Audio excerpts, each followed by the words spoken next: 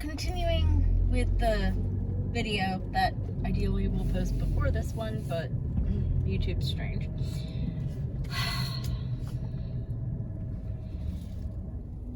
My friend, who is trying to come up with her rent money, myself with thinking about how we come up with the money to buy the property and all the components thereof, looking at the past and what I've done when I had to make, just a little bit of money to pay for car insurance or something. And the idea that you can ask family and you can ask friends, and even if you've done that before and before and before, it's okay to do it again. And it's okay to ask for an extension on the loan. It's okay to see if there's something else or some other way you can repay people. Is there a reading? Is there a service? Is there an item you have that you can give them? You can sell them, essentially. Is there a way to barter? The other component is, trying to make those connections if you don't have those connections. Now, you're dealing with somebody brand new, possibly. So that brings its own issues. I am not the best at selling myself. I've gotten a heck of a lot better as I have improved my mindset. Yes, there is truth to that component, even though I might, kind of bash mindsets a little. The fact is they are important, and, realizing self-value. Knowing you are worthy, you deserve, those components do show up. So when you are looking for new people who will be able to help you out, and you have no money, again, it kind of goes to friends and family, it goes to joining Facebook groups, it comes to figure out what resources are available in your local community. If you have your own business, is there anything you can do with the Small Business Administration? Is there a local nonprofit that is supposed to help people in your situation? If you don't have the income you need to support yourself, is there something you can change about your consumerism? That's one of the main things that, when people say, if you want it badly enough, you will find a way. Well, of course you can find a way if it means, giving up your lattes or, quitting organic food for a while because, non-organic is a heck of a lot cheaper. And gluten-free is good, but pasta and bread and rice and potatoes are a lot cheaper than meat and everything else. And yes, you'll hear the statement, but is it cheap enough to ruin your health? Well, you're probably not going to ruin your health if you're doing this for 1 or 2 grocery trips while you save that little bit of money. And it is a little bit of money, but a little bit can add up. There's always ways. That is what I've been told, and I've questioned it, and I'm sure you have questioned that at some point. You say there's a way, but I've already cut out everything. Well, that's how I mostly have felt the last few years, is how little can we live on, when really that's not a great mindset, but it tends to be the truth. What do you do when you need to come up with this money? So thinking creatively is a key component, and I've mentioned that the last couple of days, I'm mentioning it now, and all those routes and possibilities that will help start opening up that creativity. Well, there's one other component, and it's what I ended the conversation with my friend with.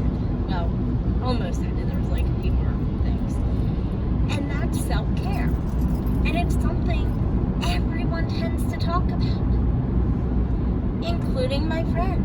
That's how she opened up some of her stuff, was this importance of self-care. And you'll hear people say, whatever self-care is, go and do it. immediately those thoughts can come in. Well, wait, self-care, that means time. I don't have time. Self-care means money. I don't have money. Okay, so go deal with some time management things so that you can find 10 minutes. I'm pretty sure you can find 10 minutes. Even in your car, you can find 10 minutes, probably.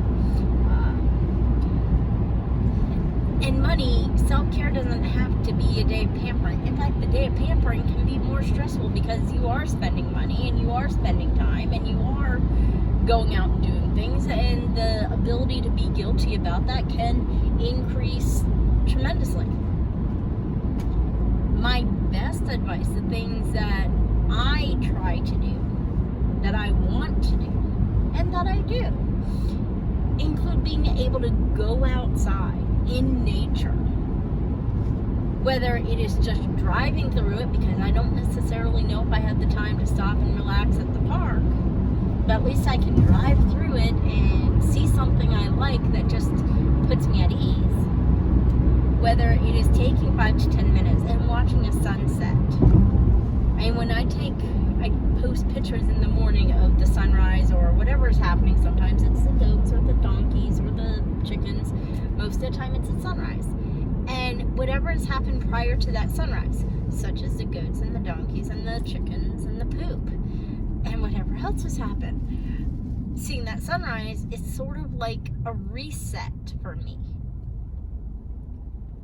It tells me, okay, it's beautiful out.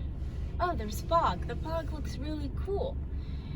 It's a blue sky. Oh, it's pretty. It's a streak of yellow, pink, red, orange. At night, maybe it's trying to find those 5 minutes to go and watch the sunset, which also helps with your clock. By whatever. It helps with you resetting your clock so that you know that it's time to wind down because you're watching the sunset. And there's little meditations you can do and videos, It's going out and looking at the stars. It is spending 5 minutes and just petting your cat or your dog. The point is, sometimes you have to take a few minutes and stop thinking about the problem. Stop trying to come up with a solution. In fact, stop trying. Trying is such a... I mean, we hear the phrase, do or not do, there is no try. And I get on myself about this because I will say I used to be so good at being. I could just be all day. And then I started trying to be, and all of a sudden realized what friends were talking about when they said, what do you mean just be? How do I try to be? And it's like, no, you're not trying, you're just being. But the thing is, we get wrapped up in this notion that we have to try something. We have to try the yoga. We have to try the relaxation. We have to try the self-care. Well, don't try, just be. Okay, how do you do that? Well, that's another video. Honestly, it is. Blech. Yeah. In all jokingly seriousness or something like that, you do have to sometimes get out of the box in order to see how to get out of the box. Because you're so wrapped up in the box, you don't even realize that you've trapped yourself. If you have to go and scream at the top of your lungs outside, do it. If you need to go and take glass bottles to the recycling bin and smash them in that recycling bin to hear the stresses and tensions, be broken apart, do it. Or like this silly little song type thing that I'm not going to write but enjoyed singing the other day. Take it to the river. Let them flow away. Take them to the river. Wash those troubles away. Find your trouble tree. Whether it is a tree, whether it is God, whether it's Jesus with Muhammad, or the Buddha, or a bush, or the river, or the wind, or whatever it is. Find your trouble tree. And then do what you probably already know. Because guess what? You got this, or that, or the other thing. Whatever it is, you got it. And if you don't got it, you'll get it. And if you end up not getting it, you might get something else.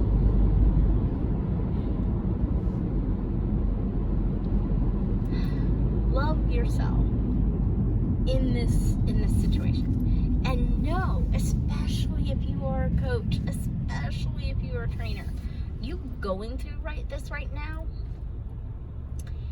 is one of the best teaching tips. You're going to learn the tips and the tools to take your clients to a much higher level.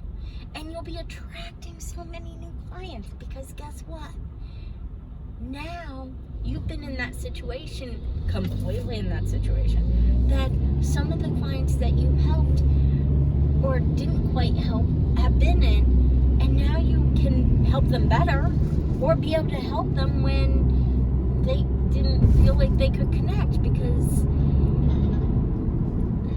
one other component about talking about your privilege and naming it, yes, understand that you have blessings. Yes, be grateful for them. But when you talk about having those blessings and you talk about having that privilege, and especially if you are not there's an old cartoon, don't go, psychologists become psychologists because they can't figure out their own problems. I'm not going to say the same is exactly true for all psychologists or psychotherapists or psychiatrists or coaches, trainers, shamans, etc. But there is a component to that even doctors, massage therapists, we make the worst patients. Or, healer, heal thyself. Oh, that's a big stickler for me.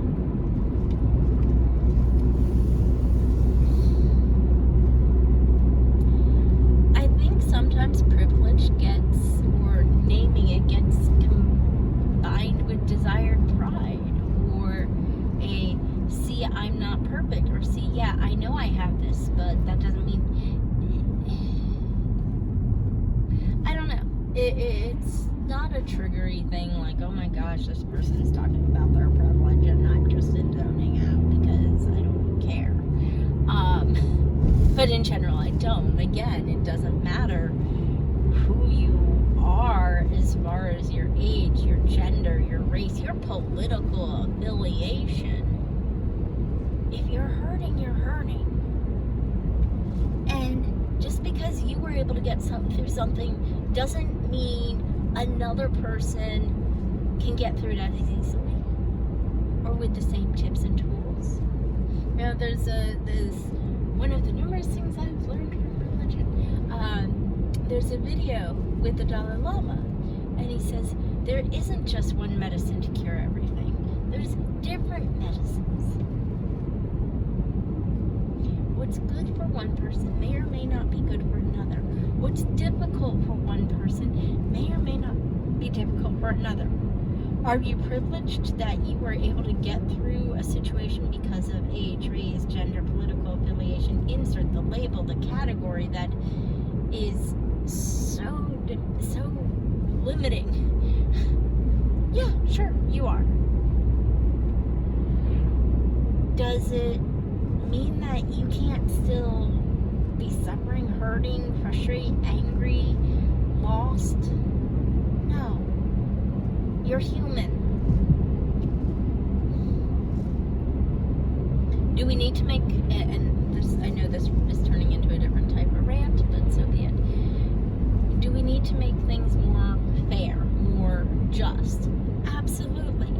Do we also have to own up to figuring out how to get through whatever lot we're given? Yes. It's Judaism. Yay. Things you learn from studying religion. Enjoy the lot you've been given. And there is such a thing as chance. Yeah, there's karma, cleaning karma, and, cleaning your record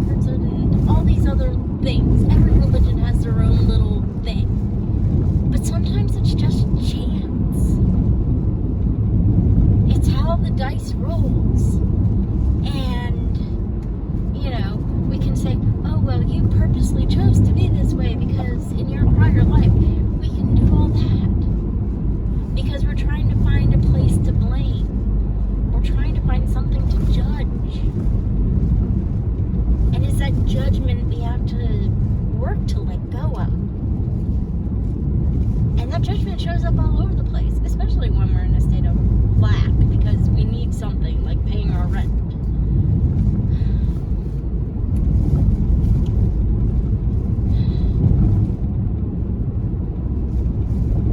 Let it go. Let it go. Yeah. I still need to watch Frozen. I have not watched that movie. But I've seen the memes. Ultimately, there isn't one answer. There isn't one path. And we do the best we can do. And that is really hard when you're facing possible eviction, maybe. Usually you can be a little bit late for rent, but at some point it gets hard.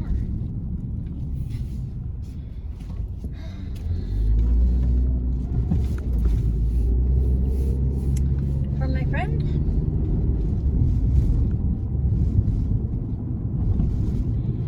I hope she can take a few hours for some self-care. Go out and yell and scream and find a trouble source to lay her troubles down.